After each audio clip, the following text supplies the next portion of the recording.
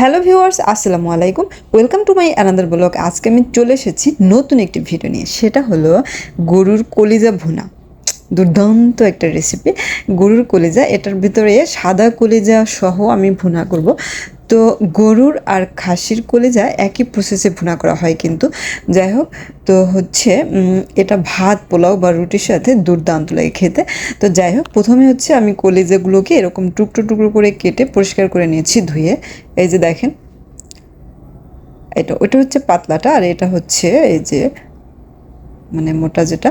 যাই হোক, এবার হচ্ছে আমি এটাকে গরম পানি দিয়ে সেদ্ধ করে আরও ভালোভাবে পরিষ্কার করে নেব। ভালোভাবে পরিষ্কার করার জন্য এটা কিন্তু অবশ্যই গরম পানি দিয়ে 5 মিনিটের জন্য জাল করে সেদ্ধ করে নিতে হবে। আর এটা জাল করলে কিন্তু অনেক ময়লা বের হয়। যাই হোক, মানে এটার ভেতরে যে ব্লাড থাকে ওটা এভাবে সেদ্ধ করলে বের হয়ে আসে, ময়লা যাই থাকুক। তো এই যে দেখেন, আমি হচ্ছে সেদ্ধ করে টুকরো টুকরো করে কেটে পরিষ্কার করে ধুয়ে নিয়েছি। পেঁয়াজ কুচি, তারপরে নিয়েছি পেঁয়াজ বাটা, আদা বাটা, রসুন বাটা, জিরা বাটা, নিয়েছি হলুদের গুঁড়া, মরিচের গুঁড়া, লবণ পরিমাণ মতো নিয়েছি, টমেটো আর কাঁচামরিচ ব্লেন্ডার করে নিয়েছি, গরম মশলা, তারপরে নিয়েছি 2টা আলু। আমি আলু দেবো 2টা। এটা আসলে ভালো লাগলে দিবেন, ভালো না লাগলে নাও দিতে পারেন। আমার ভালো লাগে একটু আলু দিতে, তাই আমি আলু দেবো। যাই হোক, ফার্স্টে হচ্ছে আমি গরম তেলের মধ্যে পেঁয়াজটা দিয়ে দেবো। তো প্রথমে হচ্ছে পেঁয়াজটাকে আমি হালকা বাদামি কালার করে ভেজে দেন আমি গরম মশলাটা দিয়ে দিলাম। এবার আমি দিব বাটা মশলাটা। মানে আমি পেঁয়াজ বাটা, আদা বাটা, রসুন বাটা এগুলো মিহি করে বেটে নিয়েছি। যাই হোক, তো হচ্ছে আমি সবগুলোকে দিয়ে এবার দেব হচ্ছে হলুদের গুঁড়া, মরিচের গুঁড়া আর হচ্ছে লবণ পরিমাণ মতো দিয়ে ভালো করে নেড়েচেড়ে কষিয়ে নেব। এবার আমি কলিজাটা দিয়ে দিলাম।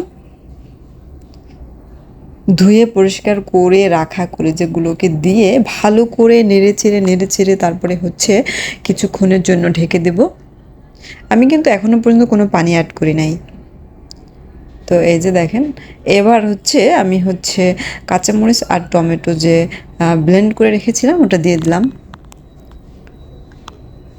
এবার ভালো করে নেড়েচেড়ে আরও কিছুক্ষণের জন্য ঢেকে দেব। এই যে দেখেন, আমার হচ্ছে পরিমাণ মতো গরম পানি দিয়ে দিয়েছিলাম, আর দিয়েছি সাথে 2 টুকরো মানে 2টা আলু দিয়েছি। আমি অল্প একটু আলু দিয়েছি। যাই হোক, এটা আসলে যার যার ইচ্ছা। আমার ভালো লাগে কলিজার সাথে একটু আলু দিলে, তাই আমি দিয়েছি। ভালো না লাগলে এটা স্কিপ করবেন। তো হচ্ছে এই যে দেখেন, আমার রান্না কিন্তু প্রায় কমপ্লিট। দেখেন কালারটা কত সুন্দর হয়েছে, দেখতেও কিন্তু দুর্দান্ত লাগছে, খেতেও কিন্তু দুর্দান্ত হয়েছে।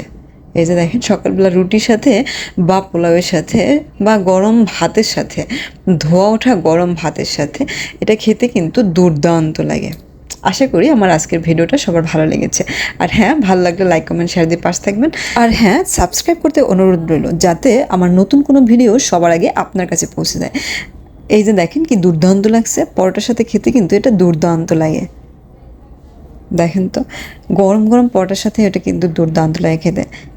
ধন্যবাদ সবাইকে আমার ভিডিওটা দেখার জন্য। আল্লাহ হাফেজ, বাই বাই, টাটা।